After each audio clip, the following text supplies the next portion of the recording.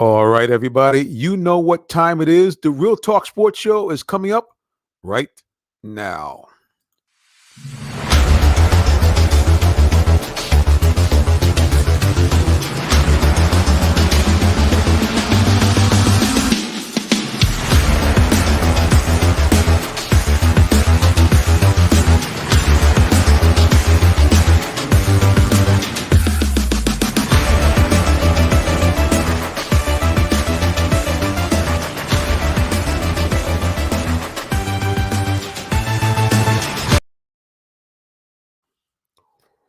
Bam! We're here, folks. Welcome to the Real Talk Sports Show. I am your host, the Minister Jonathan Simmons, and we are very excited for those of you who are joining us here on all platforms. First of all, big shout out to those of you who are listening on radio, WIGO 1570, Atlanta's Incredible Radio. Want to welcome all of those folks on the air. We also want to give a big shout out to those of you who are listening to WIGO on WIGO1570.com and on the free TuneIn Radio app. If you have the app, remember, put in WIGO 1570 in the search engine, and voila, you will find us broadcasting to you right here, right now. Also, big shout out to those of you listening on the replay, on Periscope, and on demand on YouTube. Well, let's get right to it. You know, when I do the show, I have the most beautiful co-host in the land. She is the queen in the building, Miss Tree Dolman. Welcome back. Thank you. You're so sweet. How are you? Very good. Now, guys, I'm going to get you the full view because she looks especially marvelous today, doesn't she? Look at her. Thank you. You're too kind. Oh, nice. Well, listen, Tree, again, it is always a pleasure to have you on. Another big weekend in sports. I mean, it's like every weekend is like, boom, a blockbuster. It is. I'm glued to the television. So much incredible. going on. Incredible. Let's go to social media. I think it's already buzzing. Let's go here and see the comments on social media. I now have to change from the shades to the reading glasses, so we have no more miscues like we had last week. Here he is. And that's our producer, Carl Eli Smith. He does a great job back at the studio, making sure that we're on. He says, hey, we are live on the air, and he likes the new shades. Amen. Yeah, I had to change it up a little bit. You know, tonight. I bring my shades. I need to bring my shades. Yeah, I mean, see, I have to wear the shades because when you come on, I'm dazzled. So I have to kind of do something kind of, you know, stay with the program. So I have to wear the shades. But yeah, if you want to wear them next week, that's great. We're going to have, as you know, a big show. Now, you know what we got coming on tonight again? The ladies from Forest Park. Yeah, they're back with us.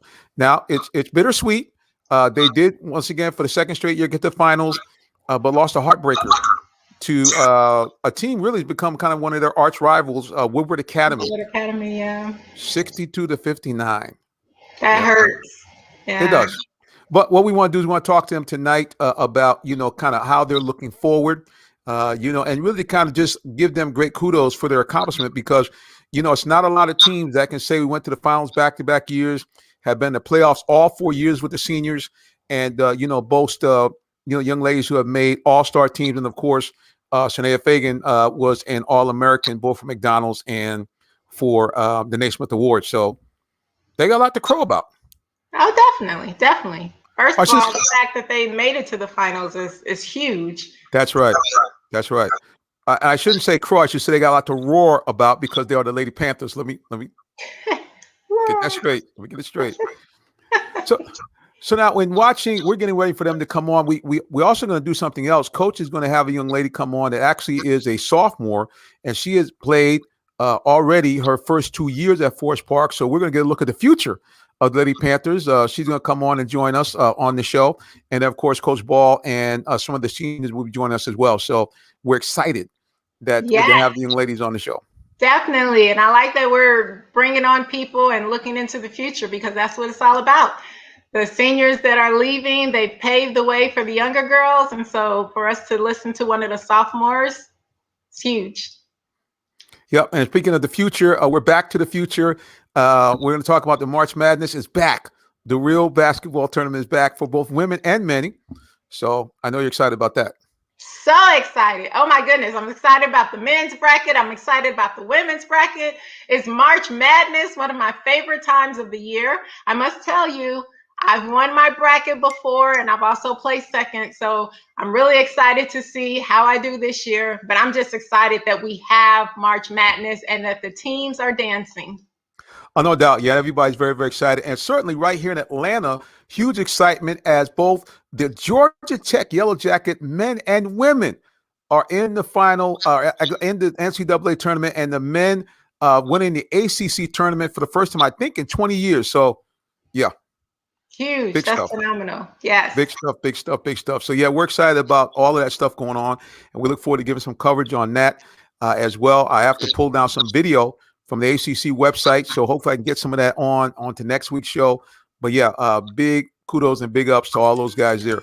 What we're going to do, we're going to take a quick break for a second here. We're going to go to a little commercial, and then we come back, guys. You know, we hope to have the ladies from Forest Park joining us. You listen to the Real Talk Sports Show here on Atlanta's Incredible Radio and on every social media platform I can think of. All right, we'll be back in just a moment. Stay tuned. Are you in the market for a new vehicle? Well, check out Allen Vigil Ford Lincoln in Morrow, Georgia. We have one of the largest inventories in our area for both new and pre-owned vehicles, so we're sure to have something for everyone. Family owned and operated since 1982, customer satisfaction is our number one priority. Come see our full lineup of vehicles and find the one that best fits you. Give us a call today, 678-726-5739, or shop us 24/7 online at allenvigilford.net.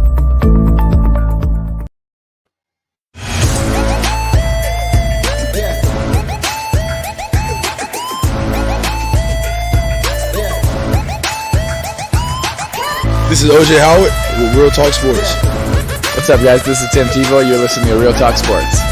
This is Charles Woodson. Let me grab the mic. You ready? This is Charles Woodson with Real Talk Sports. Hey, it's your boy JB Smooth with Real Talk Sports.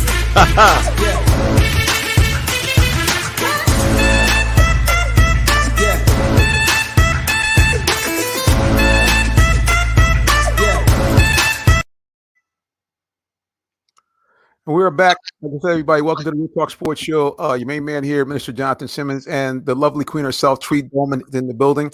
And we're getting set. We can see our guests for the evening working their way in backstage. We hope to get them into the green room in just a second, live and on the screen. And again, like I said, we're very, very excited about a huge weekend. Also, you know, free agency going on, all types of signing in the NFL. And we're going to talk about it later, but a icon of the league has made it official. He's retiring. Yes.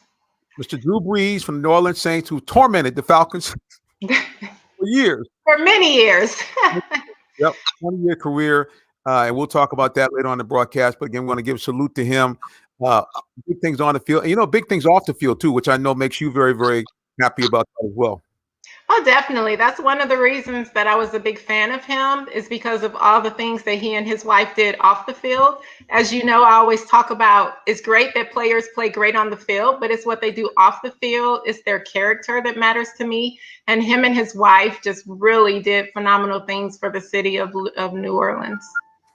Oh, there's no doubt. Yeah, they really kind of they were there. I mean, they were really kind of I don't want to say the glue, but they were part of the glue that held that city together when everything could have went to the left. I mean, you know, all the tragedies, so many people lost their lives, lost their homes, but Drew Brees and the Saints organization really kind of banded together to kind of help keep the city together in a very, very difficult time.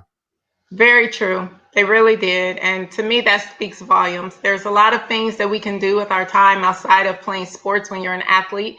But when you really spend a lot of your time giving back to your community, to me, that speaks volumes, and it says so much about them and what they stand for. No doubt. Yeah, like I said, so again, we'll get into that more later on the broadcast. We're also going to talk a little bit about the Falcons. What should they do? You know, treat us some talk about whether they should go free agency. They don't have much money, but should they do that to maybe get themselves a defensive back, or should maybe they even drop back in the draft so they could pick up a defensive back? So we're going to have our two-time Super Bowl winner later on the broadcast, join us, Tyrone Poole, and we might even get an appearance from our good friend D. Orlando Ledbetter to join us as well. We're going to peek into the green room here. I see our guests that are moving their way in. I believe I had the man who is the head coach for the, I'm not going to say girls, the women's basketball team at Forest Park High School. Coach Cole, welcome back to the show, sir. Hey, how you guys doing? Doing fantastic. And all right, how are you doing, Coach? I'm doing pretty good, with the circumstances. I'm pretty good. We know, Coach, again, we appreciate you coming on. As we talked about the last time you were on, we don't want to just support people when they're just winning. We want to support them, whatever they're doing. And so we want to just take time out to give kudos to you and your squad. Back-to-back appearances in the finals, state champion last year, and just a razor-thin loss to a team that's kind of been your arch rival, Woodward Academy. Yeah, it was a pretty good game, back and forth. We led the game all the way, I think, to the middle of the third quarter. Sanaa fouled out.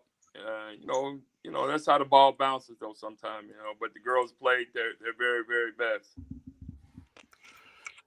And Tree, that always makes it difficult when your star player fouls out in the game or gets injured. Anything that takes him out of that game. Oh, it's definitely difficult because when you're relying on somebody and they're hot, it's hard when you get somebody else to fill their spot. And sometimes people can, but it definitely changes the momentum. Well, no doubt. But like I say again, Coach, nothing to hang their heads about you or your team, because like I said, a lot of teams have been traded places with you guys over the last 4 or 5 years, no doubt. Oh yeah. Any experience like that. Anytime you play in a game like that, it's a learning experience, and you do get something from it. So we don't take it as a total loss. We just enjoy the experience and then learn something from that to take on to the next year. Again, we hope to. Yep, go ahead, Tree. Oh no, I was just saying I agree completely. When you have a loss like that, it just makes you stronger because you don't want to feel that way again. So it motivates and pushes you. And Coach, for you, have you seen that with some of your young ladies? I know they're in they are in the green room, but somehow I guess their cameras are not yet corrected. So we're gonna try to see if I can jumpstart them here. I can see them in there. Jada's in the building, and Yasmin is there as well. So we're gonna hopefully get their cameras up and running so we can see their smiling faces as well. And again, I just want to applaud you guys for coming out, because it's a difficult loss, especially a close loss, one that you felt you could have won. But even this speaks to the growth and the maturity of your team. Yeah, we have our team has a large swath of players. We go from 9th grade to 12th grade on that team. We got a 9th grade starter, we got a 10th grade starter in Jada Brown, which will be our point guard for the 3rd year coming back next year. And then we had the 3 seniors. So, like I said before, we were young enough and old enough to, complete the task. It just didn't come out. But with that youngness, getting that experience, I'm hoping to be back next year. Yeah, hasn't that really been the key for your team? I mean, because you really, like I said, over the last 4 or 5 years, we had all your seniors on last week. How big is that for you as a coach to be able to rely on that veteran leadership as you get into games like this? Yeah, it's always good to have, experience. We had Olympia Cheney that had already won 3 state titles with Westlake, and Sanaa had been to a state championship and a Final Four before. There's no substitute for experience. And like I said, it showed. I mean, you guys got to the finals again. As you mentioned, 3 appearances in the Final Four. And like you said, something really to be proud of. And tell me, what has been the surge? Because, I mean, I know that we've always had great athletes here, but it seems like women's basketball has been ratcheted up on the South Side. Has there been anything you can kind of put your finger on that's made the difference? Well, I think more of our girls are reaching out to AAU programs, and AAU programs are very important to the development of our girls. It gives them a lot more exposure. They meet more people. They get a lot more. A lot of them have trainers now. So I guess it's the the progression in women's basketball to seek out organizations that are going to improve their game. Because I'm going to go in the green room. What I'm thinking is maybe you young ladies say, hey, we want to be heard but not seen. So I'm going to see if I can pop Yasmin onto the screen, and also Jada. Ladies, are you there? Yes. And I think we have Yasmin. She's there. Yasmin, how are you? Good to see you again. Good, you too. Hello. We hear Jada, so you ladies are all here. Oh, there she is. Okay. Well, ladies, welcome back to the show. Yeah, Yasmin. Hi. Say it again, Coach. So one of you sounds like you just went right from Sound the like somebody championship. in the gym. Somebody in the gym now. Who's in the gym? Oh, me. Now, Tree, what about this young lady here? Right, season just over, and she's back in the gym. Hey, that's what it's all about. As I always tell people, champions are made not in just the regular team practices that you have to do, but it's in the time that you put in outside of your teamwork, what you do for yourself to get better. That's actually what champions are all made of. No doubt. I love that. Well, ladies, let me ask you, Yasmin, you first. Obviously, bittersweet. You guys get to the finals again. Lose this time, a tough one to Woodward. What kind of was your takeaway on the game, Yasmin? You first. I really didn't have one, but like I had a lot of confidence that we was gonna win another championship. Well, for them, but like it was gonna be my first championship that I ever won. But it was a tough loss. But we'll go back to championship again next year. And yeah, how about you? What was your takeaway from this game? My takeaway was like we learned about it, and like Yasmin said, I feel like we can go back to the championship again and fix all the issues that we did have in the championship game to better ourselves in the next future season. And I feel like we can make it again. Well, my coach was a baller in high school. She played and in college. She played up both basketball and volleyball. So I know she got plenty of questions for you. Yeah, I mean, we all know that when you lose a big game like that's the biggest motivation, right? So even when we're tired on days that we don't feel like working out, that loss is going to replay in your minds until you guys get back to that game next year. And so my question for you is, what are some additional things that you decided to incorporate into your self workouts after that championship game that you think will help improve your skills so that you can help your team? My strength and my quickness Mm-hmm. and dribble work a lot. Yeah. I like it. All great things. And what about you, Jada? For me, it's like I put up a lot of shots, but most of them didn't go in. So for me, I'm just in the gym, like working on my shots and my footwork to get better footwork on my defense and things of that. Awesome. About how many shots do you put up a day? I'm gonna start putting up like 100 shots. So I'll get back in the gym tomorrow, and I'm gonna just start putting 100 shots like after every practice, after every training, and everything. Nice. So I have one question for you since we're talking about shots. And I know that this is something that I did that helped me work on my shot. And I just want to know if this is also something that you all do. But whenever I'm in the gym working on my shot, like when they're not falling and I feel like it's not just flowing, what I do, I stand at the basket and I'll just shoot with one hand. And I'll do that from different parts and go around the court, and then I'll step back and then do it, and then I start incorporating the jump shot. Is that also something that you do in your training, or do you just do the jump shot? We do that as well. Mm-hmm. Awesome. Well, Tree, it sounds like these young ladies already got it down pat. I mean, like I said, I'm just amazed that, I mean, literally right the week after, they's already back in the gym. They're already talking about the number of shots they're going to take. Well, I know you ladies are working hard, but I got a question for you. You guys, I know you don't get much chance to watch, but do you have some favorites going into first the women's NCAA tournament? Who do you guys like? Yasmin, you first. College? College, yeah. Women's NCAA. Who do you like? UConn. Is that why you sporting that UConn I can tell from the shirt. And Jada, how about you? I like Paige from UConn, and I like Zaya Cook. Okay. All right. Well, Tree, now, see, all this time, when you come on, all I hear is all the talk about the Big Ten and the Michiganders. But now, I got some ladies that know what time it is because I'm from Connecticut originally. So the ladies know that UConn for women's basketball is the dopest program around. No disrespect to my girl down in South Carolina, though. Dawn Staley, she does a good job down there. But I'm showing the love for UConn. I appreciate you, ladies. Appreciate you on that. Let's get your coach back on here.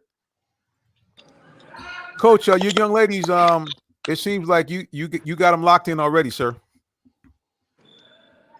I appreciate that. I appreciate they're a big part of my program, and they're like daughters to me. Well, Coach, I asked both of them, have you been following? I know you're obviously very, very busy, but do you have any favorites in the women's March Madness? Who you kind of looking at to cut down the nets? Well, I have to have those people recruit my players, so I don't want to play any favorites. But I'm looking, hopefully the home team does, outstanding job. Now, see, our home teams, Georgia Tech, UGA. Well played, Coach. He said, "Now I got to be politically correct. I want all my gals." Smart move. Amen. Well, yeah, I think it's going to be a great tournament all the way around. It is exciting to see Georgia Tech, the women, they've playing very well over the years, to see them back in the tournament, University of Georgia in the tournament. And how do you ladies feel to see both for the coaches here, both from Georgia Tech and the University of Georgia, these two women, young black women coaches, get these awards for the different conferences? How does it make you young ladies feel as you going forward? Yasmin, I'll hit you first. Go ahead. It feels good. It's really good. Jada, how about you?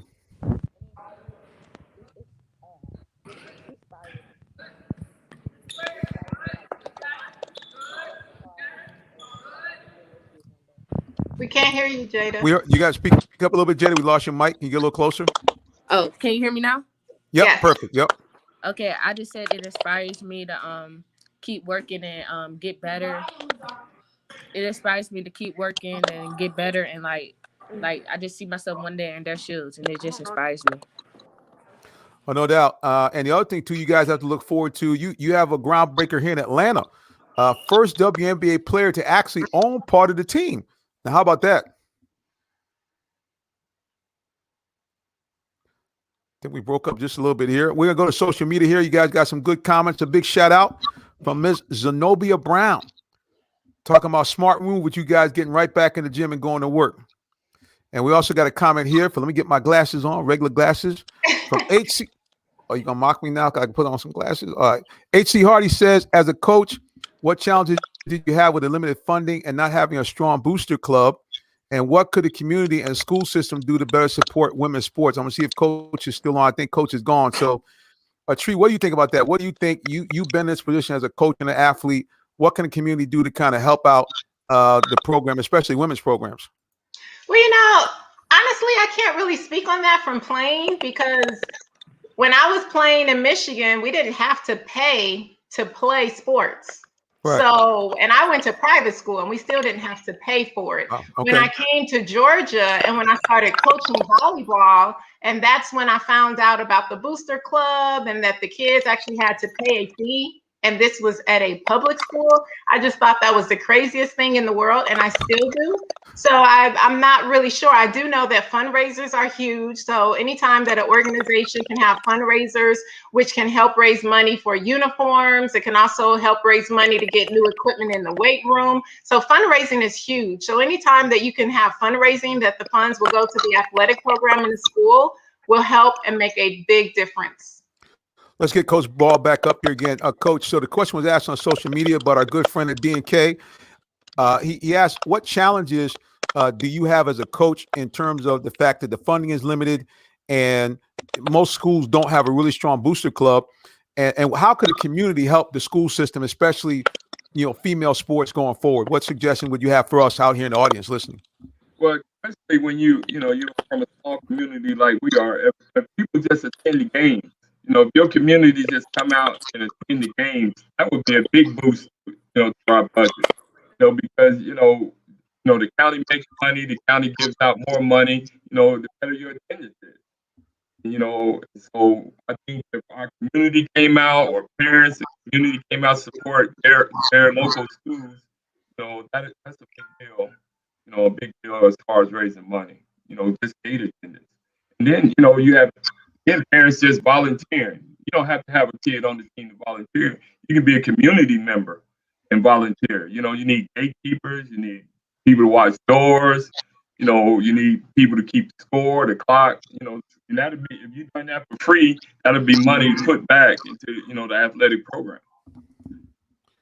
Well, guys, you heard that. If you want to help out, just show up. Sometimes all you really need is just to show up and be accounted for. Let's go here and go to Christopher Allen.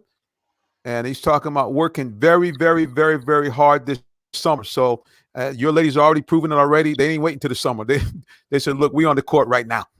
Right. So, and we appreciate it. Well, Coach, listen, how can people find out more about you guys? Is it best to go to the website? I know you guys are on social media, do a good job there. How can people find out more about what's happening with Forest Park women's basketball? Yeah, the best thing is to either to go onto our website and look up under the program as what's happening. Matter of fact, we'll have a large schedule this summer. You can come out and watch the girls play and support them. And but like I said, the best thing is our social media site and our website at Forest Park High School. Well, it is right there, guys. We went ahead and took it up there for you. You can see it at Twitter. It's at FPHSWBB. And I think on Instagram, it's FPHS_WBB. So if you guys want to follow them, there it is right there. Hit them up on Twitter and check out what they're doing. Well, Coach, before you leave, we're going to go to social media one more time. And you got a big shout out from Miss Aubrey Davis saying, ladies, keep up the good work and keep working hard. And that's what we say, the same thing. Well, listen, Coach, until the next time we have you on, and ladies, we're going to have you back on during the summer so you can update us how you guys are doing. We just say God bless you and keep working. Appreciate it. Thank you for having us. All right. Bye-bye. Bye. Thank you guys for coming on. Well, that's the ladies from Forest Park High School. And, yeah, just a great job there. And we got another shout out here from Edward Wilson. And I'm sorry, guys, that we that your comments, they're just a shade behind us on a live broadcast, but we do want to give a shout out Edward Wilson and also Shakima Stevens as well. Gave some encouraging comments to the team. So yeah, man, I mean, it's right in our backyard. I mean, we don't have to go nowhere. Right.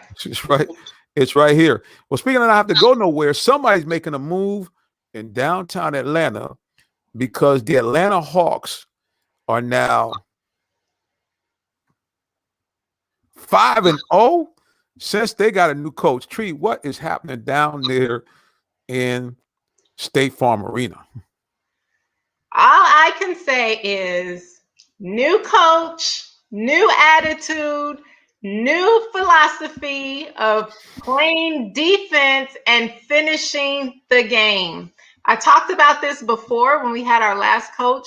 It's not the talent. We have the talent. We'll be up and we'll be winning games, and then we never could close and finish the game. As I always state, it's not how you start, it's how you finish. And now that we have this new coach, you can see that they're actually fighting for it. Even if they're down, they come back and they win. For the Atlanta Hawks to be 5-0, you cannot tell me that the only difference is the new coach. So I say phenomenal job. High five to the Atlanta Hawks because they are really playing great basketball. They're playing defense. They're fighting. They believe, which is key, and they're finishing the game. Yeah, so there's no doubt that's really been a big difference, as you said. The other thing too is that it seems like that the team really has a strategy and a game plan going into every game. How they attack it. Obviously, the pick and roll was something we saw with John Collins and with Trae Young before, but they've turned up a notch now with Collins over the last couple of years, picking up his game, giving you.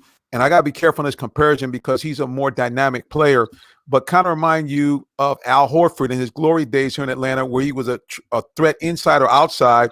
John being a physical, better athlete, but now you got really inside outside game. You got Bogey and Danilo, some of the other guys coming in and giving you a 3-point shooting that we've been looking for before. And like you said, really the biggest thing, the Hawks are defending consistently in the game, and they have the ability now to get on the runs that the good teams do, where they hit you with that knockout blow. The other night, Hawks were down, I think, by about 8 or 10. They ripped off a 24-2 run. That's lights out. Lights out. And it's all coaching. It's just like what you said. They have a game plan. And the coach even talked about some of the things that he switched up or things that they were doing before that just did not make sense. And so he's opening up the floor more. He's making more options available. So if defense does this, he has a plan. If the defense does this, he has another plan. If they do that, he has another plan. So it's really great basketball, and I've really enjoyed watching. And I'm so happy that they're 5-0. Right now, I think that if they continue to play this way, they actually may get to the playoffs. Oh, yeah. I mean, I think the playoffs is there. I think the biggest question is really at this point, if they would be able to move even past an 8th seed to maybe get into a 7th or 6th seed. Yeah, this team right now, look, think of this. This is what Travis Schlenk, this is what Tony Ressler, this is what they envisioned at the beginning of the year where they made these moves, where they made the free agent moves. A couple of years ago, they drafted the guys they did. This is kind of what they were thinking. And keep in mind, this is being done without still a healthy DeAndre Hunter or Cam Reddish. Right. So it can only go up from here. But I think as long as they can get into the playoffs, I think they can play and get there. Right. We just want them to get a spot. So I've definitely given up on my Pistons to get in a spot. That's not happening this season. So let's see what the Hawks can do. But again, they're 5-0 right now. And if they continue to win, they definitely will earn a spot for the playoffs. So I'm looking forward to it. And I hope that they do. Yeah, no doubt. It is going to be a must-see TV, and it is must-see TV right now at State Farm. Well, speaking of must-see TV, for those of you who are watching, you know what we have to do. We're on radio as well, so we got to go to a commercial break. But you keep it locked right here for more of the Real Talk Sports Show. We'll be back in just a moment. Did you know that Allen Vigil Ford in Morrow, Georgia also has Lincoln? Over 35 years of using the Vigil Touch to provide excellent customer service, works hand in hand with the Lincoln Motor Company to provide a luxurious and seamless way to acquire your next luxury vehicle. Lincoln has an array of full-service complimentary owner benefits. These benefits include hospitality partnerships, service pickup and delivery, all which can be accessed through the Lincoln Way app. You can even contact the 24/7 concierge to have someone assist you. Come and see our great inventory of new and pre-owned Lincolns today. Call 678-364-7345 to make an appointment with one of our brand champions or shop 24/7 online at allenvigillincoln.net. The day has arrived. It's time to let more people know about your business. You have the right marketing plan and the messaging in place. But do you have the right messenger? Good advertising and promotions need a professional sound so the message can be clearly understood. Don't leave your brand image to chance. Let our team of voiceover experts at CME lend you a hand. Give us a call at 678-304-8121 to find out how we can partner with you to give your business its voice. All right, guys, we're back here. Again, you're watching and listening to the Real Talk Sports Show. I want to give a big shout out to those of you who are listening on WIGO AM 1570, Atlanta's incredible radio, or online on their new website at WIGO1570.com. Remember, you also can follow us on social media at Real Talk Sports 7. I popped it up on the screen for those of you who are watching. You can check us out there and on any social media platform. Again, that's at Real Talk Sports, the number 7. There it is. Bam. Follow us if you haven't already. We appreciate you for doing that very, very, very much. I'm your host, Mr. Jonathan Simmons, and right next to me is one of the most beautiful co-hosts in the land. The loveliness Tree Dolman is in the building, and very, very excited about the Atlanta Hawks and what they're doing down there at State Farm Arena. Looking amongst the East, you look at the other teams, it seems like the Hawks, and again, I'm not trying to overblow it, but we saw that they can be competitive even against the Beast of the East, the New Jersey Nets, or I should say the Brooklyn Nets, my bad. They can. When they come to play, I think that they can actually compete with the best of them. They've had some good wins this year against some good teams. And if we can get all of our players back healthy, I think that the Atlanta Hawks will actually be a team to watch. Yeah, so again, the biggest thing is what we're seeing is the the strategy is allowing the younger players to perform at their best. One of the things, as you know, as a coach, that a good coach does is he puts his players in the position to win, puts them in the best position to utilize their talents. And that's really kind of what you're seeing now with the Hawks. The great inside-outside play, the turning Clint Capella, a guy who really was maybe a double-double guy at Houston, maybe 10, 12 points a game, to now a viable third option on this team, and sometimes a second option behind Trae Young and John Collins. And that's been the biggest surprise for me.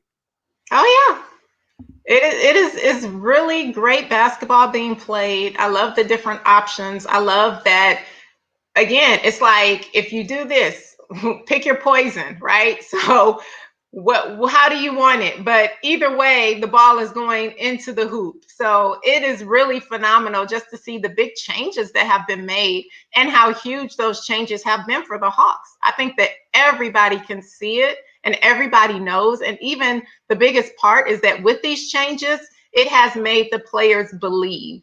And we all know that that's the number one key, because that's how players play. If they believe they can win, that they're going to fight for it. If they think, oh, it's just another loss, or they're just going through the motions, which they have done in the past, then we see where they can be up by a lot and then wind up losing the game. So the fact that this coach has them believing and knowing that, hey, you can do this, and especially now with them being 5-0 with the new coach, they really believe. Yeah, no doubt at all about that. Let's go to social media here. I think we got some comments here by our good friend H.C. Hardy. He said, experience matters from being a player, assistant coach, and former head coach of the Pacers and Trailblazers. The millennial players is more attentive to a coach who has been where they're going. And certainly we that's true. That's so true. we kind of heard that. It wasn't shade, but we kind of heard that when Trae Young said, hey, this is a guy who's been there, done that, and we respect what he's done.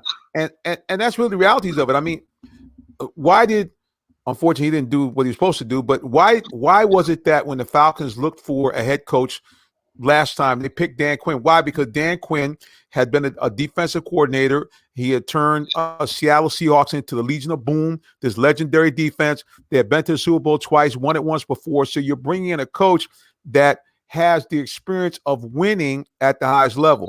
And the same thing you have here with Coach Nate McMillan. You got a guy that has already shown you he knows how to win during the regular season, as both as a player and as a coach, and he knows how to win in postseason as both a player as a coach. So there's no doubt that that the Hawks, if they can continue on this trajectory, they're going to be a very dangerous team in the playoffs that a lot of people don't want to play. I agree, and it's starting to happen. And they're finishing their season so much better than they started. I'm really looking forward to it. It's like every time I watch the game now, I'm watching with excitement. Right. Instead of in the past where it's just, oh yeah, the Hawks are playing, you know. But now it's watching with excitement and actually all in the game how I used to be, which is really good basketball being played. So it's really great to see. And I'm really thinking, like you said, I agree with you. They will be a team to watch. They are really on a great path and really excited into what they can do to finish off the season. All right. See, I knew this would stir them up here. So our man, affiliate man, said, please, no Dan Quinn comparisons, please. A little shade for Coach Dan Quinn. Well, speaking of shades, I can put my shades back on because we have someone here who's going to join our show, and he has the most bling in the background I've ever seen. That's why he is a winner, two-time Super Bowl champion. The one and only Mr. Tyrone Poole is back in the building. Sir, welcome back. How we doing, Minister Simmons and Tree? How are you doing, Miss Dolman? Everybody's doing great today? Yes, how are you doing? I'm doing excellent. And hello to all of the viewers and listeners who are tuning in to the Real Talk. We're about to get some real talk. You guys already been doing real talk, so I'm just coming in as the cherry on the top, I guess you could say. Absolutely, sir. Listen, no dessert is right. Anybody tell you, okay, any kind of Sunday you got to have the cherry on top, sir. It's not right. Yeah. Well, speaking of cherry on top, everybody gets excited when you start talking football, so that's what we want to do. And obviously, Tyrone, you have seen it at every level, both the collegiate level and, of course, in the pros, and twice bringing home the trophy, which you so nicely let us see right there in the background. I'm gonna let you get the full screenshot so you guys can see it. Bam! Yeah. That's the firepower right there, boys. Best background ever. Yes, And sir. don't forget this right here. Now, this is very important. This is more important than that's what's back there. HBCU. Clark, Atlanta, right. Atlanta. And also got to say what's up to Fort Valley. You know, that's my old Fort Valley State University helmet. So rise up, HBCU. So we can do it as well. So we can do it too. HBCUs. Clark, Atlanta, Fort Valley State. What's happening? I love it. Never forget where you came from. That's Amen. Well, listen, before we shift into football, we have a special guest. I wanted to let him pop in here. He's able to make it. He's been working like a madman, but I could not let the Georgia Tech Yellow Jackets get back into the NCAA tournament unless I brought on a guy that is a legend. He's in the Georgia Tech Hall of Fame, was on that tremendous team in 1991. It went to the Final Four. He was the big man down in the paint. Mr. Malcolm Mackey, Big Mac, is in the building. What's up, sir? Hey, man, what's up, man? Forgive me, my I don't have that nice background like my man got there with all the football memorabilia, man. I'm in the airport walking around, so I appreciate you taking the time, Jonathan. Oh, yeah, man. I want to definitely let everybody just see you, man, and get a big shout out. I know you got to be as proud as you can be, man, about your Jackets. Not only back in the tournament, man, but ACC champions. Yeah, man, it's wonderful, man. I mean, just to think, it's been 28 years. You know, we hadn't won that championship since my senior year, and so it's a wonderful thing, man, just to be able to hold your head up high and see how far those young guys came from losing against Mercer and losing against Georgia State, and coming back and getting it together and winning the ACC tournament championship. It's a wonderful thing, man. I'm happy for them. Well, man, listen, like I said, guys, I know you in the airport, got a lot going on. So really quickly, man, so we don't hang on to you too long. All right. Have you gotten a chance to take a look at the draw? And if so, what do you think about it? With Georgia Tech being a 9th seed, taking on what's the heck of the school was? Taking on Loyola Chicago. Yeah, both of those teams in that bracket with the team from Chicago and Illinois, man, is in that bracket. I was hoping that we was gonna get something like maybe a 6th seed. After winning the ACC championship, they gave us a 9. So it's a tough bracket, you know what I'm saying? But I remember, when we won the ACC championship my freshman year, and we were in the bracket, even though we had a good team, Kenny Anderson, Dennis Scott, and and Brian Oliver and myself and Johnny McNeil, but still, very few people had us winning that game against LSU. No doubt, man. And we also had East Tennessee in the first round. So, anything can happen, you know what I'm saying? So we just got to stay positive. Right now, Georgia Tech is clicking right now. They got a special group, and they all playing so well together. Well, Malcolm, listen, man, you're breaking up a little bit because you're in the airport, man, but I definitely wanted to at least let you give people a shout out. Big things going on here in Atlanta. Also, want to let everybody know that normally I tell people if you need a car, come see me, but if you need a luxury car, if you want that Mercedes-Benz, come up and see Malcolm at Mercedes-Benz of Buckhead. And Malcolm, listen, man, we look to have you back on next week to talk to us a little bit more about what's happening in the tournament. Let Malcolm get that shout out there. Thank God he was able to kind of hit us up a little bit while I was in the airport. As you can see, he's a man on the move. Let's go to social media one more time before we talk football. And I think that's my bestie. Hi, bestie, and the Landrum family. Hold on. Woo. We've been besties since high school, since I was 16. Wow. Yeah. So I'll let you get the full screen for your buddy. There you go. Yay. I love my Landrum family. They're so awesome. Oh, Miss Ebony, you want to make sure to give you a big shout out there. And we appreciate all those of you who watch the broadcast, whether it be on, like I said, YouTube, we're on Facebook, we're on what's soon to be, I guess it is now officially Twitter TV. And we also are broadcasting on 2 Roku channels. We're on the Phoenix Entertainment channel, and we also are on the C Room Sports and Entertainment channel as well. So again, big shout outs. Go on to social media one more time. Again, it's blowing up here. We got William Hill in the building. And he is asking, what are our thoughts about the Atlanta Falcons? Well, funny you should mention this, so we're going to get right to it. Also, a big shout out here from Gregory Walker, talking about he was giving a shout out to Miss Jada Brown, who was there for Forest Park. Thank you, sir, for supporting the young ladies. All right, let's do that. Let's go ahead and take a look at the Falcons, and we'll also take a look at I'd like to get your feedback, Tyrone, on the defensive back position. How the Falcons should go after that? Do you think they should either drop back in the draft or try to find someone in the draft, or do you think they should try to pull some money together and try to bring in a free agent here, aka a veteran, a big name like a Patrick Peterson or a Richard Sherman? Well, I'm gonna tell you like this. It don't matter who you bring here. You could bring prime time out of retirement. If you don't have no defensive line, no front seven, I don't care who you put back there. They're not gonna be able to cover. So, with that being said, they got what they need back there in the secondary. If you ask any person that knows anything about football, football starts in the trenches. You got to stop the run on defense, put heat on the quarterback in the passing game, the running game on offense.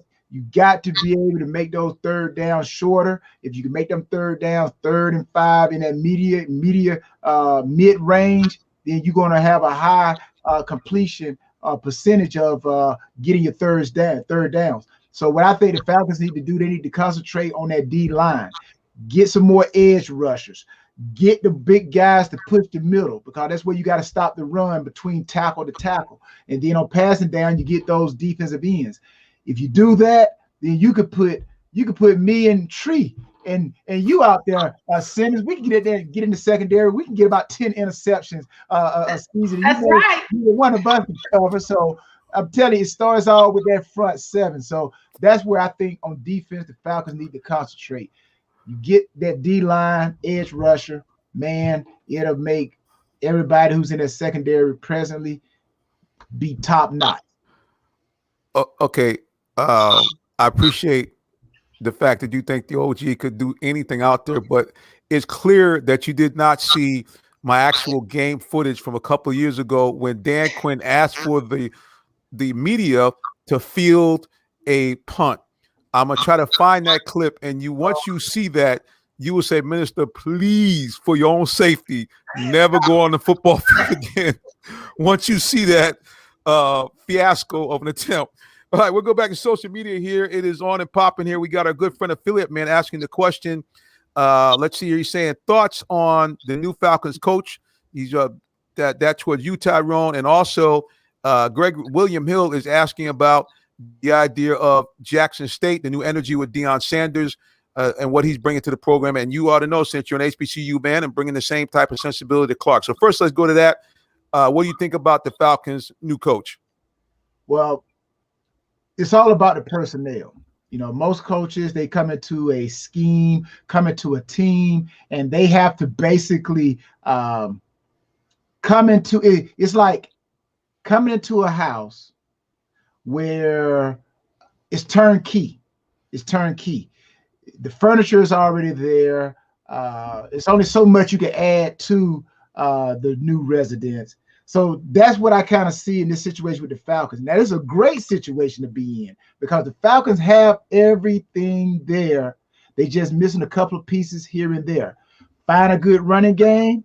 I think they got enough in Matt Ryan to deliver the deliverables. I think they still got Julio Jones, Calvin Ridley. I think he's probably one of the best route runners in the NFL. You find somebody who can be a key tight end, and I think we can go and take that offense of the Falcons and compete with the likes of the Buccaneers, because that's what it's going to take. It's going to take a high-octane offense to compete in that NFC South. And if Carolina, for some reason or another, they do a switcheroo and get Deshaun Watson to come to Carolina, that NFC South is going to be smoking. So I think the Falcons have everything there.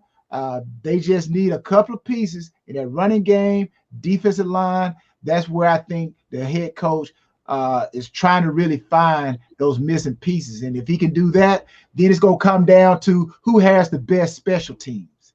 That's what's going to determine who's going to win games in the NFC South. But I think the new head coach is in a great position because he got great players. So it's a turnkey type of situation. Just add a pitcher here, a pitcher there, and man, you're at home.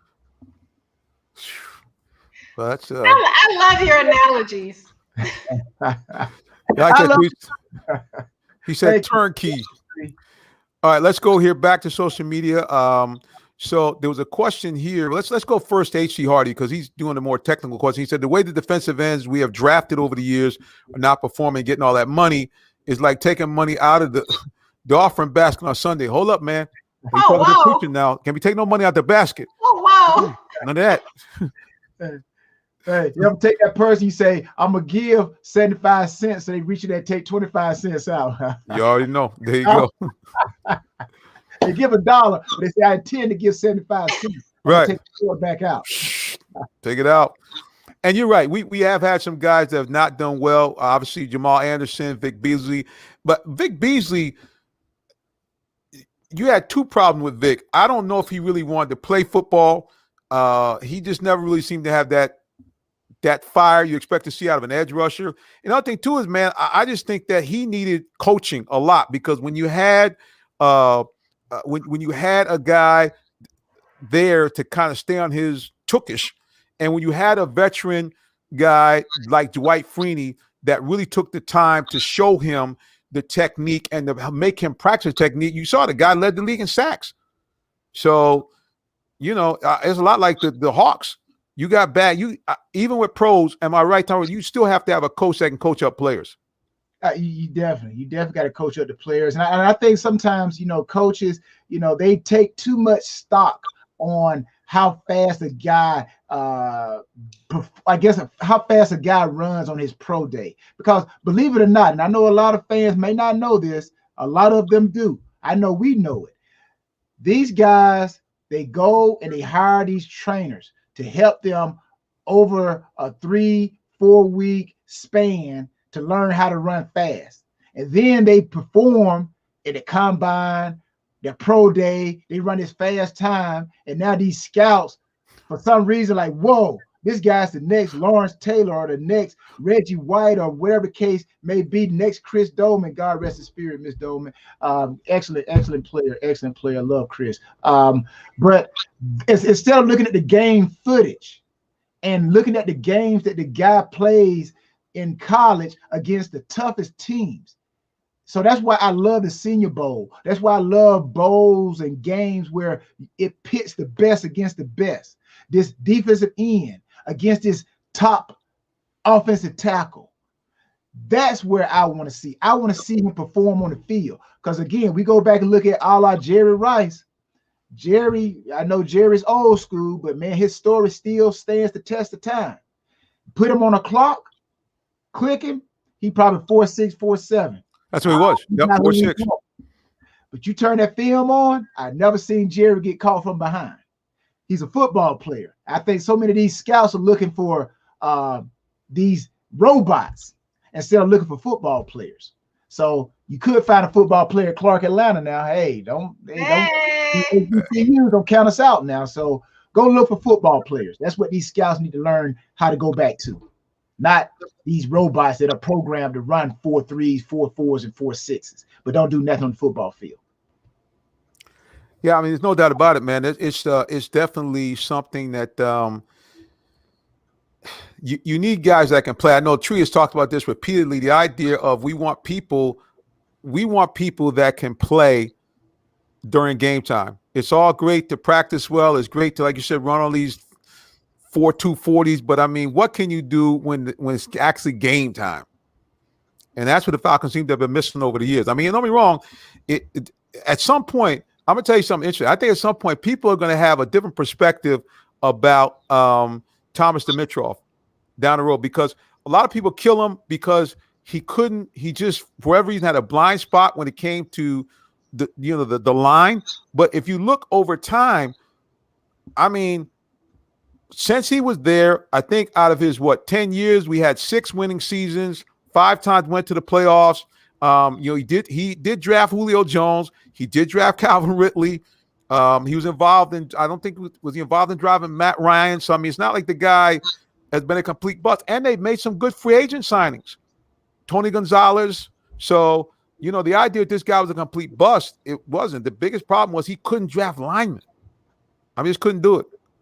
Well, listen, we got to sign off for WIGO 1570. For all those of you who are listening on WIGO, we want to say thank you so much. We know that you can always stay with us until the 9 o'clock hour. We want to give a big shout out also to Mr. Eli Smith, the guy behind the glass. Now, listen, if you guys like gospel music, good news. Keep it locked on 1570, Monday through Friday, 9 a.m. to 12 noon, with the exception of Wednesdays, and listen to the Eli Smith Gospel Show. He plays the best, everything from old school gospel to contemporary stuff for today. Check him out again at WIGO 1570 or on WIGO1570.com. All right, to all those of you who are listening to us only, you know how we do it. God bless you and have a good night. Had to do my sign off for the radio station. Let's go back to social media. William Hill says a big shout out to all the HBCUs. Oh, here we go. I see some love from the Midwest. Yes. Woo! Hey, yeah, that's my bestie again. That Detroit love. We already knew. I'm always representing. Never forget where you came from. I'm a proud Detroiter, born and raised. And that's no lie. She'll take any reason to mention Detroit or Michigan, anything. She'll find a way to tie it in or to the Big Ten. Yep. Hey. Oh, yeah, we're going to talk about that later when we start talking about the tournament. Yep, it's no doubt. Let's go back here to affiliate man here, and he says he's ready to put the pads back on after listening to you, Pool, so he's ready to go. Okay. You got your DB right there. Affiliate man, go run. He gonna run out for the Falcons. All right, so you're telling us basically it's all about the line. It's all about getting some guys in here that can really bolster that front. And again, I guess the big question is, number one, should the Falcons stay at 4, or should they move back? Like a lot of people are saying, if they stay at 4, I'm gonna ask you guys again: Are you still sold on the idea of them going offense, or do you want to see them get somebody defensive? Let Miss Tree, if you want to go, I'll let you go first, Tree. Mm-hmm. All right, thank you. Well, I still think that we should keep the number 4 pick and select the best player available. As you know, I would prefer for us to get somebody on defense, because defense is definitely what we need. I think that we do need a defensive end, somebody who will torment quarterbacks, somebody who will make a big impact with the Falcons. And I've said that. I really feel that defense wins championships. We can have a great offense all day, but if we don't have defense that can actually make stops, then we'll really be hurting. So I think that what I would like to see is for us to get a great defensive end. But I still stay, if the number 4 pick, whoever is the best player available, I think that's who we should get. Mr. Poole, how about you? Well, I'm a person I've learned sometimes you take what you already have and you make it work. And what I mean by that is the Falcons have enough offensively. Of course, the D-line, again, we understand that football starts in the trenches. But I think at some point, Julio, he's going to leave. Matt Ryan is going to leave. If I'm the GM, and maybe I am throwing my name in the hat, put my name in the hat for a possible GM, but I would think about the future. I would try to find out how many teams, because there are some thirsty teams out there who are looking to move up and grab a player.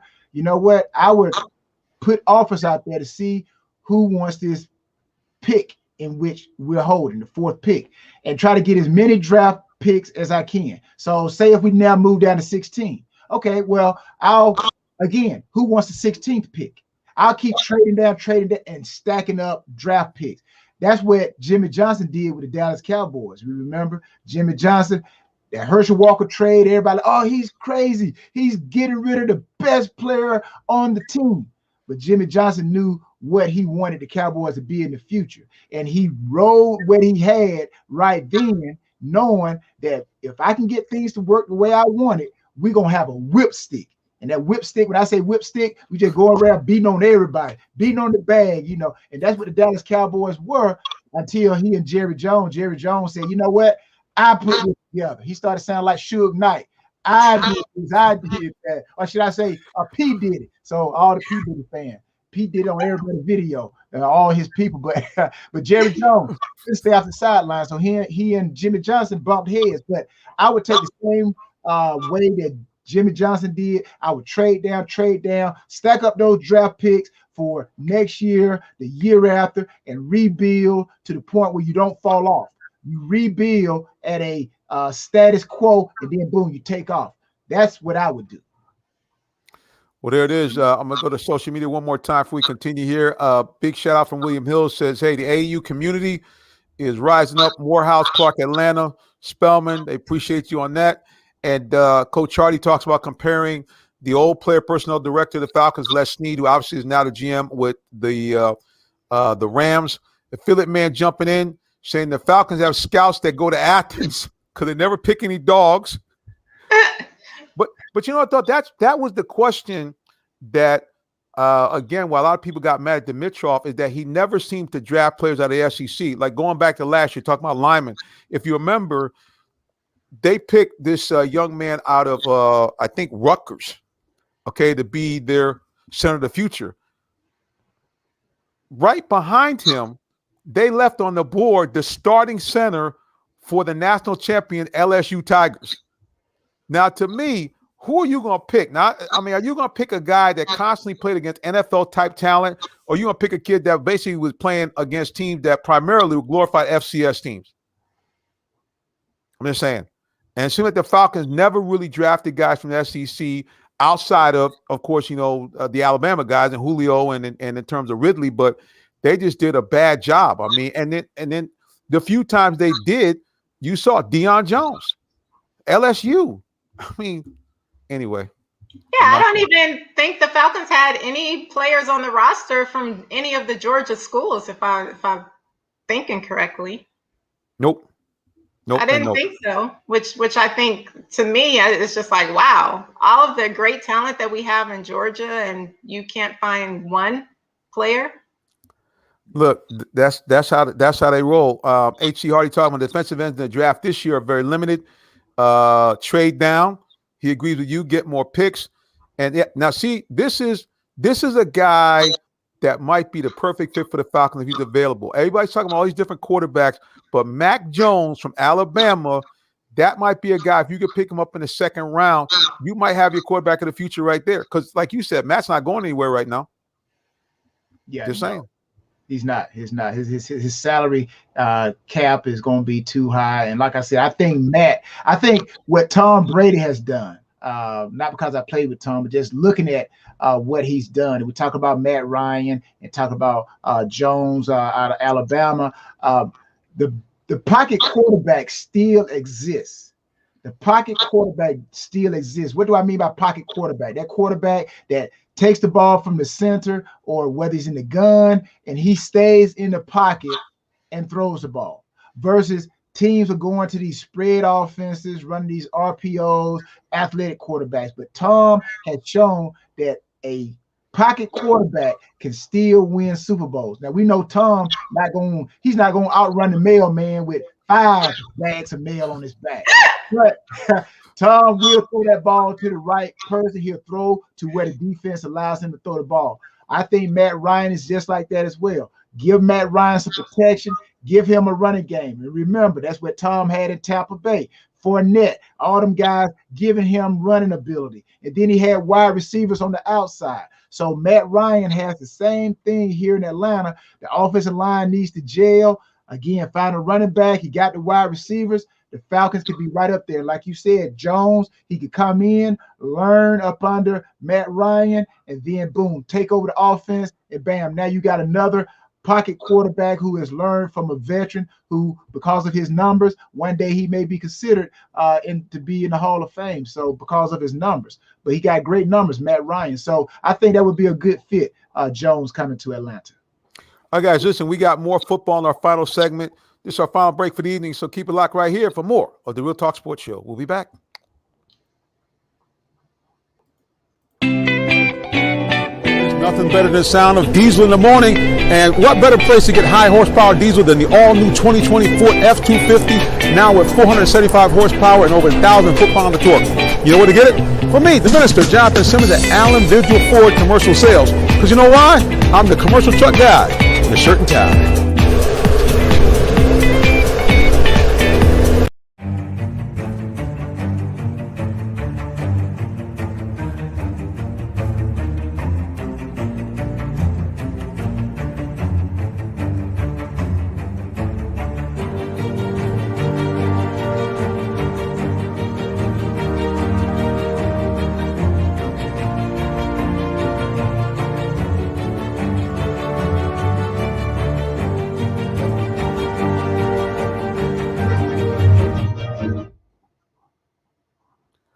All right, we're back here, the Real Talk Sports Show. I'm your host, Mr. Jonathan Simmons. Up above me there she is, the lovely Miss Tree Dome. I got to get my finger pointed the right way. There we go. And then, of course, two-time Super Bowl champion, Mr. Tyrone Poole. Let's go back to social media.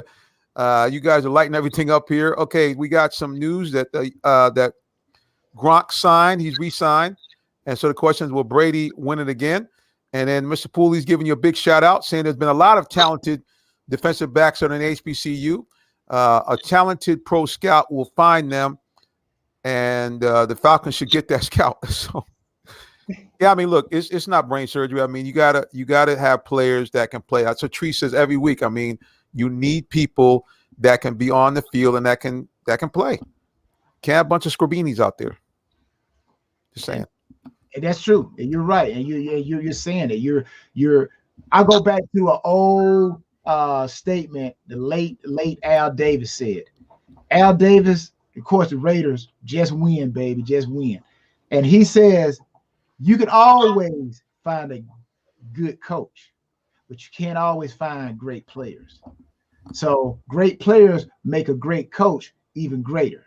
It'll make an average coach great, because all you got to do is basically sit back and just let the players go out there and do it. So I agree. You got to find playmakers. You got to find people who can play football. So I definitely agree with that. You got to find players. Definitely. That statement that you just said makes me think about the Tampa Bay Buccaneers. I don't know who agrees with me, but personally, I think that if the coach was not allowing Tom Brady to coach, they would not have won the Super Bowl. There were quite a few plays where the coach was making one play and Tom was like, no, he was pretty much coaching. And like I said, I'm letting him coach. And now he has a Super Bowl championship under his belt. And I add this, Tree, just with what you're just saying. When I remember when I was in New England, see, this is what makes Belichick such a great coach. He's a player's coach. He will listen to his players. I remember a season where we were getting ready to play the Buffalo Bills, and we had put in the game plan. And Bill came over to myself and Ty Law. He said, well, what do you guys think about the game plan? Will it work? And, we said, oh, coach, if we do this right here, we don't quite like that. Next day we know he changed it. And again, a great coach surrounds himself not only with great coaches, but he listens to his players. And you got some of these coaches that are like, no, it's my way or the highway. It's not the toss, it's the players. No, coach, it's the toss. We can't run the toss sweep, and they stacked on that side that we running the toss sweep. So again, you got to listen to your players. And I think all great coaches do that. Oh, yeah, so true.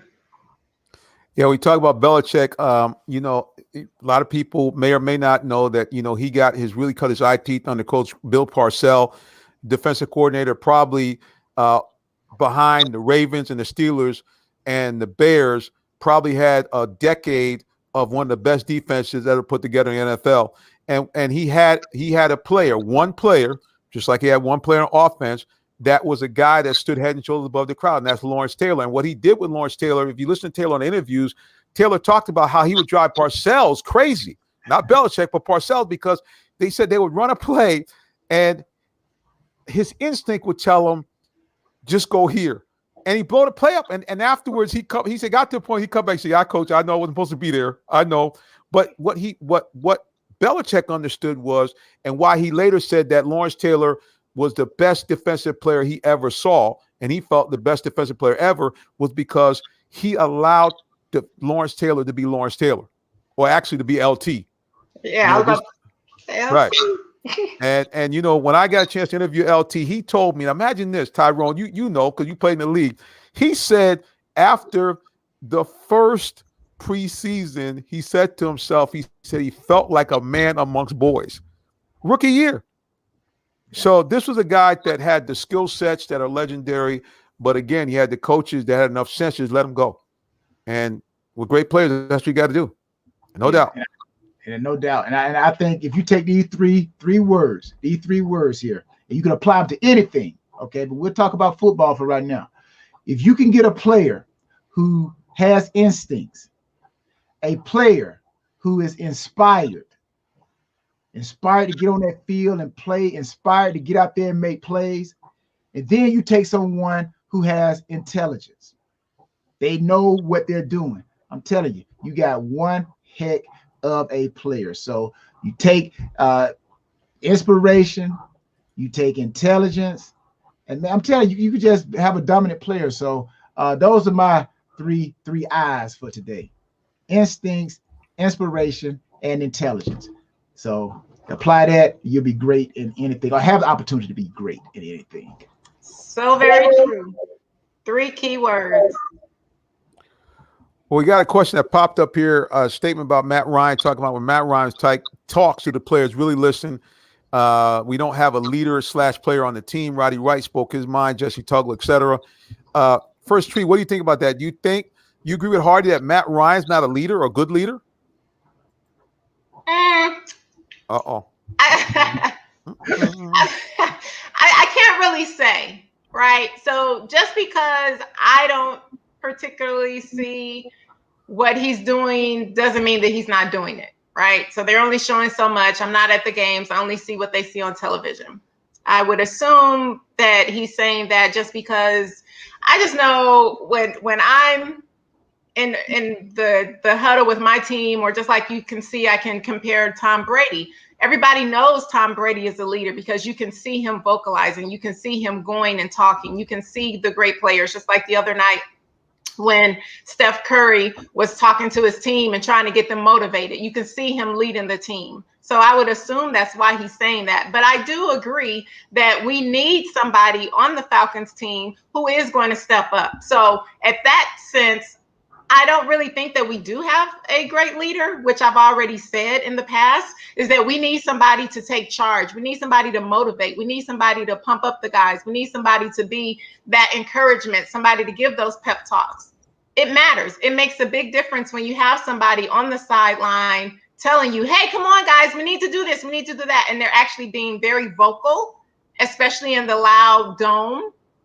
So I could see what he's saying in that sense. But yes, I do think that we need a leader, somebody who's all about that no nonsense and is going hard to the clock strikes 0. Tyrone, what you think about Matt Ryan's leadership skills? Now, I agree with Tree.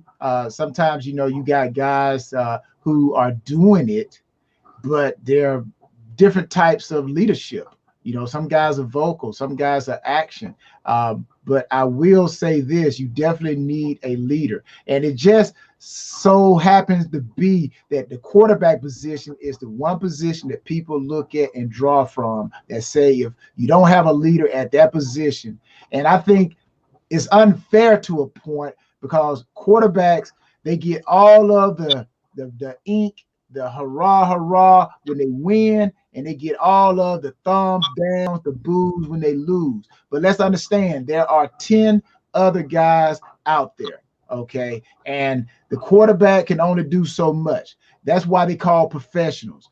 I can lead you to the water, I can tell you where the water, but you got to drink the water. But I think if Matt Ryan had won a couple of these Super Bowls that the Falcons could have been in, I still think they could have been in the Super Bowl back in 2012 when they lost to the 49ers here. I think that was a season as well.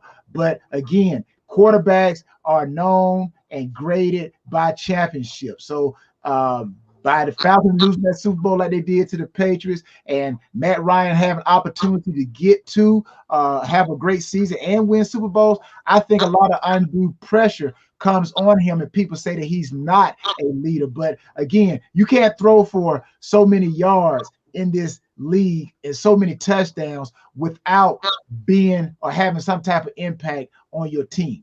So I do think he has the leadership. So I agree with Tree. It's not to say that he's not saying it. It's just that sometimes I think the public and maybe the teammates, they say, hey, you know what? You didn't perform in a big game, so you're not a leader. So we all say that leadership is leaders are born doing tough times and in difficult situations. And those Super Bowls were considered the tough times, and Matt fell short. So people are saying that he's not a leader, but I think he does have a leadership in him.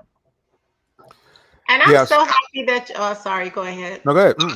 I was just going to say one point that Tyrone just made that I agree with, and I say this all the time. When the quarterback, I just hear people talking about quarterbacks. when the team is winning, the quarterback is great. The quarterback is great. If the team loses, oh, the quarterback sucks. So just like when the New Orleans Saints lost this past year going to the playoffs, and we all knew that Drew Brees was playing through injuries and all of that. I can't tell you how many people I talked to who were just so on point. He should have taken himself out of the game. He should have done this. There's no way he should have been playing. He's selfish. He's this, he's that.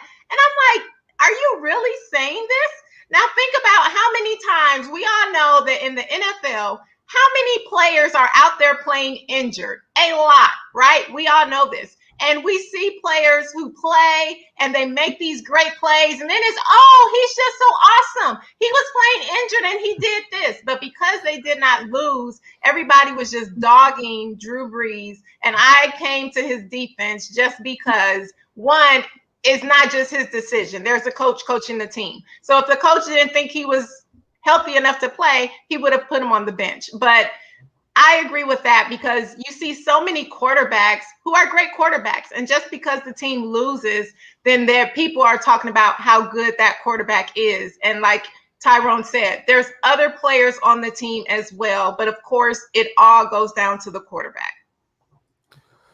Yeah. So at the end of the day, I mean, you know, and I've had my times when Matt Ryan has drove me bananas because, you know, the guy has come up short in several situations. You talk about the year in 2012, as much as we want to blame the Falcons defense for not holding on to a 17-0 lead that the Falcons had in the first half. People forget that. They were up 17-0. The reality is that Matt in that particular game kind of was a partial GOAT because he had two huge turnovers in the second half that really basically jump-started San Francisco and kind of turned the whole momentum. He had, I think, either a pick six and then he had a fumble. Both of those were very, very costly in that game because the Falcons kind of were, I don't want to say coasting, but they had a comfortable lead. The killer that Matt is probably going to, I'm sure he won't ever tell you, but I'm sure he's lost sleep over, is the last Super Bowl because basically that was his year.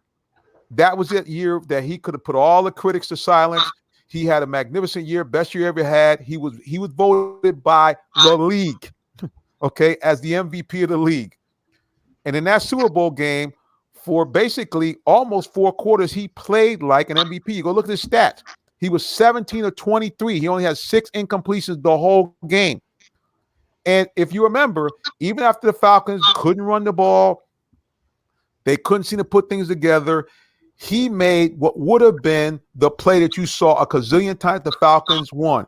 Flushed out of the pocket on the dead run, he threw a ball to Julio Jones that the only Julio could have caught. But the bottom line is on the dead run, he put the ball out there for a play for his best play to be made and put the Falcons in a position where had they ran the ball 3 times and kicked the field goal, nobody be talking about Matt Ryan. They'd be talking about him as a future Hall of Famer because he would have a Super Bowl win along with an MVP. But instead, everybody's like, Now, I gotta say this, Minister. All due respect, but go ahead. Fact, now again, is 10 other guys. I'm gonna take everybody back to that play. Now, if Freeman, you watching this show, I'm talking to you. If Freeman had made that block on the block, right, we would be sitting here talking about the Falcons won the Super Bowl. It was that play and other plays. Let's talk about the defense. The defense, you cannot run man to man the whole doggone game pretty much. The defense is going to get tired. They were too tired at the end to keep up and save the game. But you look at some of them plays right there. Matt Ryan did. I think he's a doggone good quarterback. But again, it takes 10 other guys. And again, go back to that Freeman. He made that block on Hightower. Julio was wide open. That's other thing people don't see. He was trying to throw that ball to Julio. Julio was wide open. But because Freeman missed his block, Hightower got that ball out of there. Yes. And I'm glad that you said that also, because if you ask me, the big part of the problem with the game was defense, which, like you just said, they were tired. I think they were tired, but I also think that they were already celebrating in their heads. And I feel that they thought that they already had the game won. Look at this huge lead. And then when they started coming back, it was like, oh, they're not going to come back this quick. We're still going to win. And then by the time that they actually realized what was going on, it was too late. But I just think that they already had the game won in their minds, and they were not finishing as strong and as hard as they could because they thought, hey, we've already won this Super Bowl. Well, I'm going to tell you right now, the preacher was ready to go. I had put the collar on the side. I had my phone. I said, okay, man, now where the celebration party going to be at? I had people from ESPN. Other people said, brother, we're going to hook you up. So I was excited. I'm thinking, man, and then Real Talk Sports have been all its glory because I had filmed the week before the Super Bowl. I had footage. I had clips of everybody, interviews. I said, I'm going to be the man. And then something hit me when my man Hightower said, uh-oh. I said, oh, that doesn't seem good at all. And then, of course, the wheels came off from there. But there's no question. Both of you hit it on the head. The sad thing about the Falcons is it was just really one or two plays. That's it. Any of those plays would have been made, we wouldn't be talking about this now. Matter of fact, we might have been talking about the Falcons as winning back-to-back Super Bowls. Because remember, the next year with that big cloud, Shanahan gone, all the coaching staff fired, they still got to within a whisper of beating a team that won the Super Bowl at their building. So I'm just saying, okay, let's go to social media because, once you drink Matt Ryan, everybody going wild. So let's see affiliate man here. Let's see. Affiliate man says that Ryan doesn't have the clutch factor. William Hill says he doesn't have the internal passion of a quarterback leader. Wow. Right. Let's see here. Hardy says he felt like Matt Ryan was a Patriot right now. They would be a contender. Change of venue and having familiar place from playing there at Boston College, which could be right. Plus playing under Bill Belichick. And the affiliate man agrees with all of us. He said the sack fumble was the key. And yes, Freeman blew it. Sorry, Freeman. But you knew though I knew there was going to be a problem. First of all, when that was the time where they had to redo Julio's contract, which a lot of people didn't have a problem with. But when Freeman let his people come out the week before the Super Bowl talking about he should be the highest paid running back in the game, I said, oh man, because you already know, Tyrone, those little cracks in the armor, you cannot have that before Super Bowl. Regular season, it's no problem, but you going against a team, and there's another thing people forgot. I didn't realize. Do you know that year the Patriots were like 16-3? So you can't have no hiccups. Oh man, okay, I didn't want to talk about this. Why y'all got me on the Super Bowl? I mean, that was one of my major heartbreaks, man. I mean, oh Lord. Well, they say in therapy, right? In therapy, they say you got to talk about it. Continue to talk about it until you get it all out of you. And then you've gotten over it when you can talk about it and it don't bother you no more. Is that right? All right. Well, they say therapists say. So if it's still bothering you, minister, and you need to talk more. You need to talk more about it. I'm feeling some kind of way. For some reason, Treat, there's one topic. Did I forget something before we go off the air? Was there something else we were supposed to talk about? Did I forget anything? Let's see. We talked about the Hawks, right? A little bit. Yeah, we talked about the Hawks. Did we do March Madness? A little bit. We have not talked about March Madness, but we were going to cover Georgia Tech, which you did talk about. So yes, you're good. Oh, good. Okay, well, let's go back to social media one more time. I can't believe we're in the last 5 minutes of the show, so I got to give everybody there. I can't either. 5 minutes left. Okay, let's go here real quick here. And, oh, snap, which is true. I didn't want to point it out. H.C. Hardy pointed out that Freeman's attorney, yes, was Uncle Luke's wife. It's true. It's a real story. That she's a good attorney, but yeah, her claim to fame is she was the wife of Uncle Luke. And let's go here. Affiliate man says Falcons are snake bit. Remember in the first Super Bowl they went to, Eugene Robinson, my brother, a Christian man, got caught soliciting a prostitute before the game, threw the whole situation off. Yep. And it was crazy. I mean, I remember reading that. I couldn't believe it. What did he say here? He said, come on, minister, you know the scripture. Look unto the hills, whence cometh your help. You're right. All right. Deshaun Watson or Justin Fields to replace Matt Ryan. Listen, I'm telling you about this Deshaun Watson. the Falcons don't. Even if the Falcons want to do it, they don't have enough trade capital to do it. They'd have to gut the team. I mean, you just can't. But it would be awesome to have them come. Wow. Hey, But Tyrone, you see the excitement over there? See, eyes got bright, buddy boy. Well, no, I'm just saying, because what the Falcons need, we need somebody here that's really going to bring out the fans. We want the fans to get excited. And I remember how when I think I had just moved to Georgia, and literally every place I went, everybody was talking about Michael Vick, Michael Vick, Michael Vick, Michael Vick. And I think that that's what Deshaun Watson can do for the Falcons. I think that if he comes here, you will get a ton of the Falcon Nation loving Watson with their jerseys with Deshaun Watson. And then everybody will go to the games. And I think that that's what we need. We need a big player like that. I think it will help turn things around. Yeah. And I agree. They need that big name player. Michael Vick was such an athlete that basically you snap the ball to him. If the first read is not open, check the second. If it's not, use your legs and take off. Deshaun Watson is a different type of quarterback. He's athletic, but Deshaun's going to sit back there and throw that ball. He's kind of like what I call that, if I would say Randall Cunningham a little bit. Right. You know, Randall would sit back there and throw the ball, but then Randall had the athletic ability to take off. So, and even Donovan McNabb, you know, he was like that. He sit back, he was a pocket thrower, but he had the athletic ability to run. Russell Wilson. So Deshaun Watson is right up there. So if they surround Deshaun Watson with the right people, then yes, I think Arthur Blank would be happy because he won't have to rely on Home Depot alone. Wow. He would now rely on the ticket sales of everybody coming to the Mercedes-Benz Stadium. Tyrone, you're in rare form tonight, so I'll let you know right now. William Hill says, amen, Tree. Agree with that earlier comment. Affiliate man, you have to throw some shade. He said, Falcons need a new slogan. Rise up. No, we have wised up. Okay. Oh, that's funny. That's my boy right there.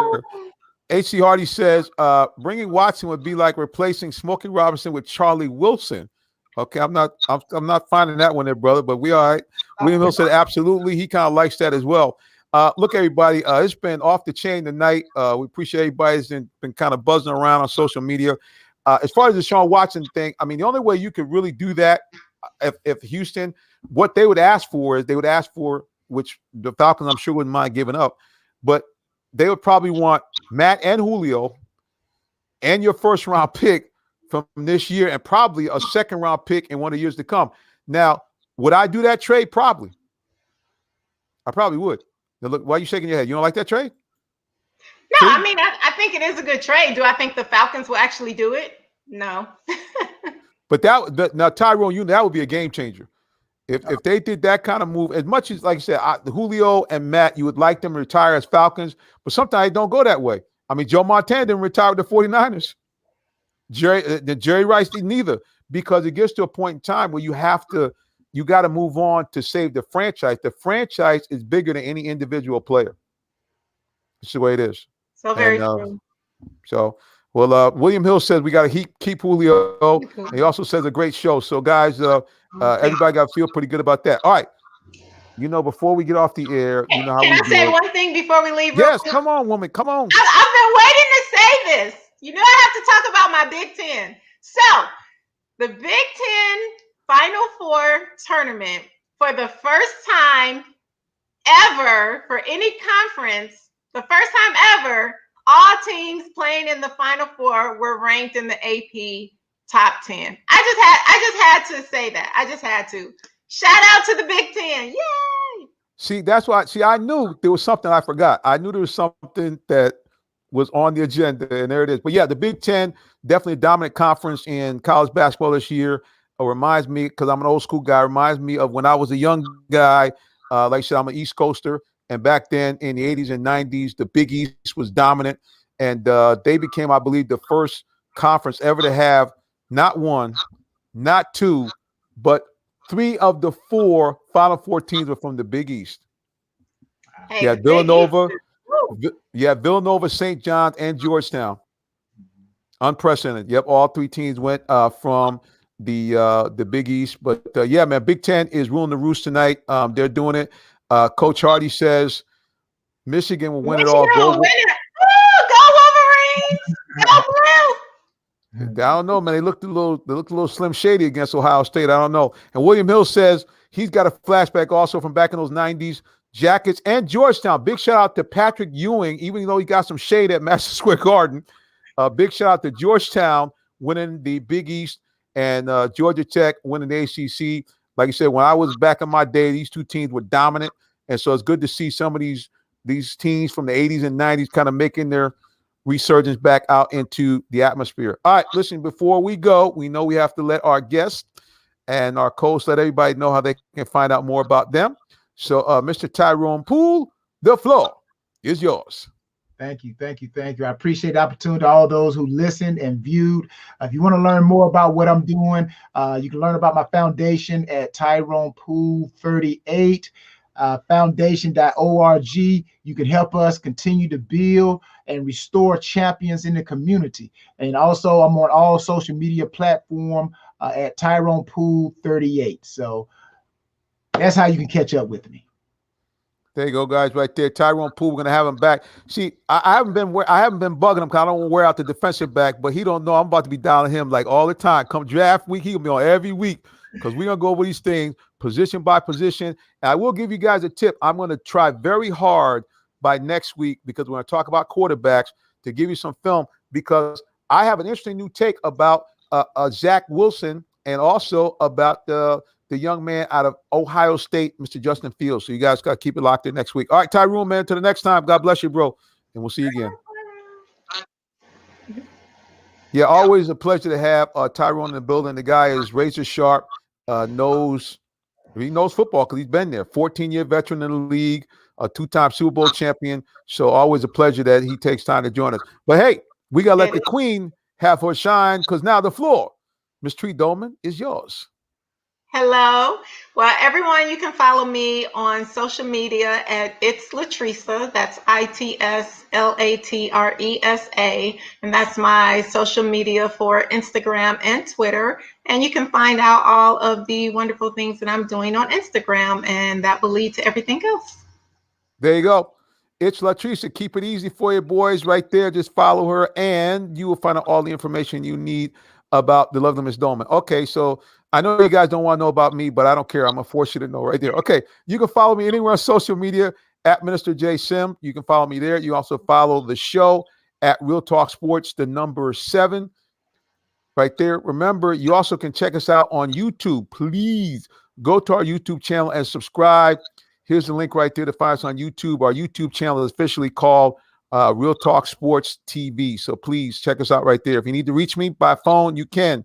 678-410-9833. Remember, subscribe to Real Talk Sports on YouTube. And that's all I got to say about that.